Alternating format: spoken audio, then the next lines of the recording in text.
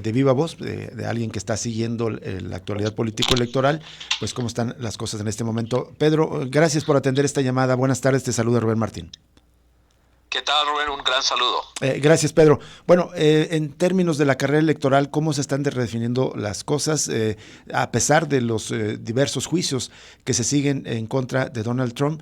Parece ser que se encamina a ser el candidato del Partido Republicano nuevamente a la presidencia de Estados Unidos y todo indica que también de parte del Partido Demócrata volverá a competir Joe Biden, actual presidente, en un contexto en que el tema migratorio, por ejemplo, y digamos nuevamente el muro en la frontera con México vuelve a ser tema de campaña. Absolutamente, sí. A todas luces pareciera que Trump va a obtener la nominación presidencial republicana. La próxima cita será en Nevada, pero se sabe que allí Trump no tiene literalmente oposición. Ya quedaremos a la expectativa del 24 de febrero, cuando sea la primaria de Carolina del Sur, donde Nikki Haley, la ex gobernadora de ese estado y también ex embajadora de Estados Unidos dentro de la ONU, se buscará medir con Trump. A todas luces pareciera que Trump va a ganar ese contexto también, y de ser así, pues ya restaría esperar a lo que se llama el supermartes en Estados Unidos, que es la primera semana de marzo, el 5 de marzo más específicamente. Si ese día Trump logra consolidar varios triunfos en varios estados, porque son elecciones primarias en varios estados, definitivamente será el candidato a la nominación republicana. Biden, por su lado, tiene un contexto este fin de semana en Carolina del Sur. Él, a decisión de su campaña, él movió las elecciones primarias demócratas, no parece tener un oponente fuerte, así que es posible que también se encamina a obtener la nominación demócrata para reelección. Ahora, es importante decirlo, como tú lo decías, Trump, por un lado, en esta ocasión, no como en el 2016 o 2020, tiene 4 juicios, dos de ellos que son bastante importantes. Uno, el del manejo de documentos en Mar-a-Lago, en Florida; el otro, del intento de intervenir para revertir los resultados electorales y el ataque al Capitolio en Washington, D.C. También está el caso de intervención en el manejo de resultados electorales en Georgia.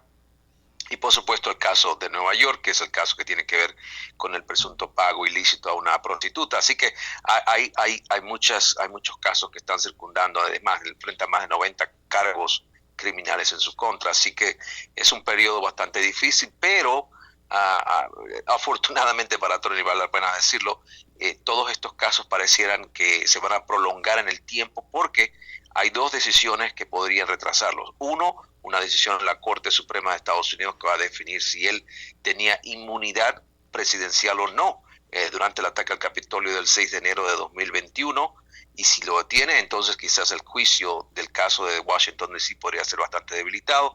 Y la otra importante es el caso de si él como está de alguna manera responsable en una corte de apelaciones, y los juicios de él deben avanzar. Está otro caso en la corte de apelaciones. Es decir, que todo esto podría retrasar el inicio de estos juicios y por ende dar la luz verde para que Trump continúe con su campaña, y tendríamos relativamente un contexto muy similar a lo que vimos en 2020, con la diferencia de las realidades en este momento en el país.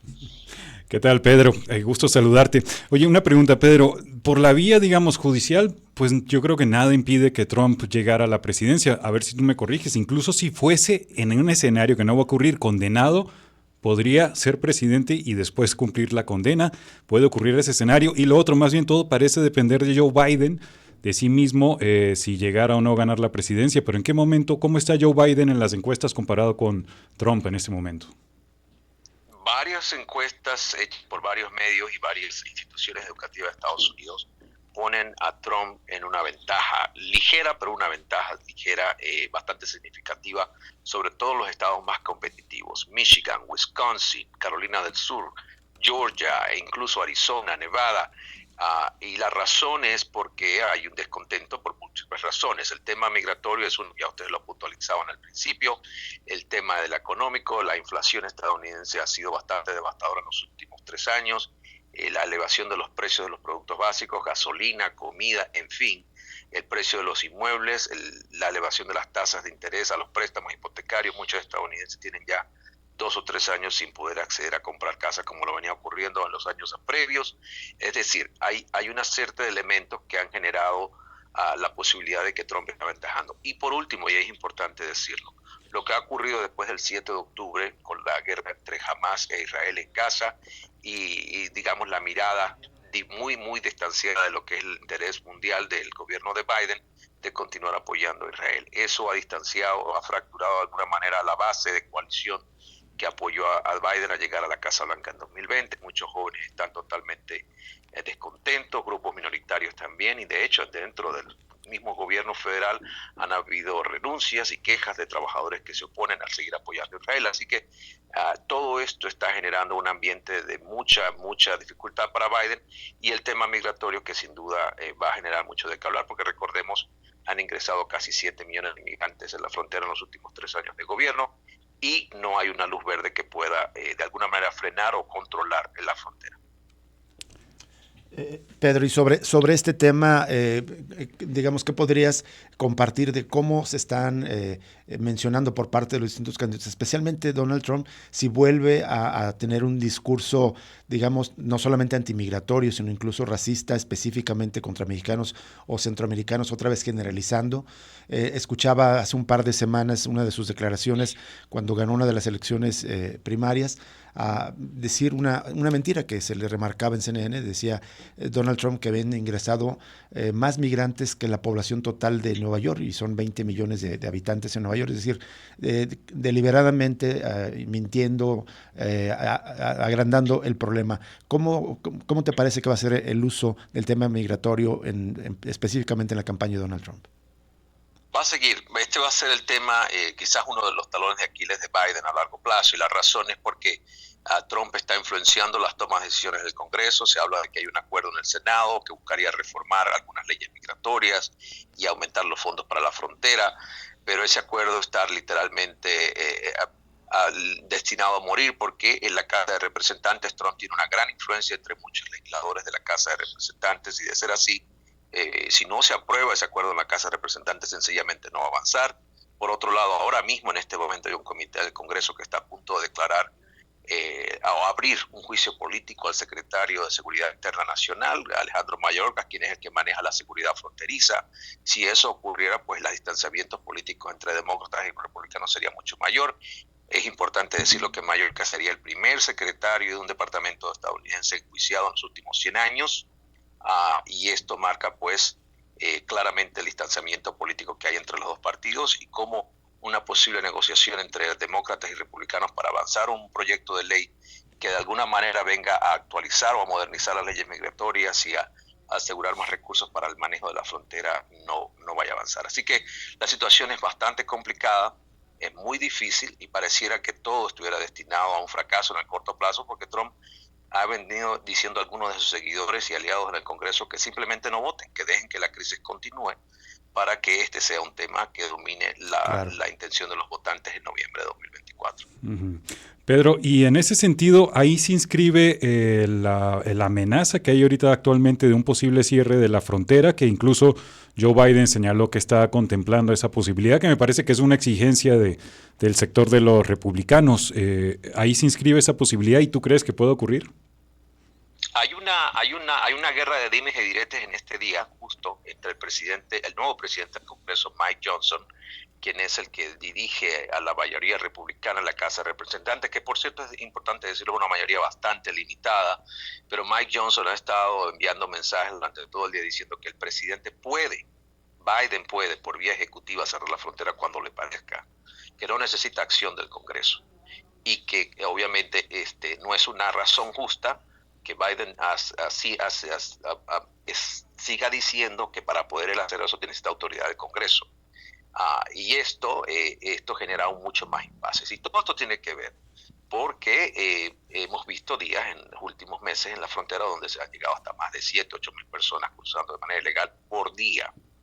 Y de acuerdo al acuerdo que se ha ventilado, que nadie conoce porque hasta ahora todo se ha mantenido entre personal del Senado y entre senadores, y se estuvo trabajando durante los días de diciembre de manera virtual, se habla de que Biden, de acuerdo a la nueva ley, que todavía de nuevo podría morir si no pasa en la Casa de Representantes, se establece que Biden tendría la autoridad dada por el Congreso para cerrar la frontera si se produjera una llegada de más de 5,000 personas de manera ilegal por día. Esa sería la llave que se le estaría dando a presidente o cualquier presidente a partir de Biden para actuar. Ahora, la guerra de dimes y diretes en este momento entre Mike Johnson y Joe Biden es que Mike Johnson dice, pero el presidente lo puede hacer sin necesidad de tener ninguna autoridad del Congreso, por vía de acción ejecutiva, lo que diríamos en nuestros países de manera de decreto, que es algo que efectivamente cualquier presidente podría hacer, amparado en decir que es una emergencia nacional, X, Y, Z, pero definitivamente en este momento hay un impasse muy grande entre Mike Johnson y todo al final tiene que ver con una situación presupuestaria. Biden está desesperado por aprobar 65 mil millones de dólares para enviar a Ucrania. Los fondos de ayuda a Ucrania ya desaparecieron, no existen. Además, desea enviar casi 15 o 20 mil millones de ayuda a Israel para continuar con los mecanismos de defensa y para poder lograr eso desea negociar con los republicanos para que los republicanos se decidan a apoyar esa propuesta. Él les quisiera dar unos 21 mil o 25 mil millones de dólares adicionales para seguridad fronteriza. El problema está en que los republicanos no desean ayudar a Ucrania hasta que la frontera no esté asegurada. Y hasta ahora los números desafortunadamente no ayudan a Biden, porque recordemos que solo en el mes de diciembre ingresaron más de 300.000 personas de manera ilegal a Estados Unidos. Y los números en enero no pintan tampoco de manera muy positiva. Claro. Mientras esos números se mantengan de manera elevada, los republicanos se van a negar a negociar con Biden. Claro.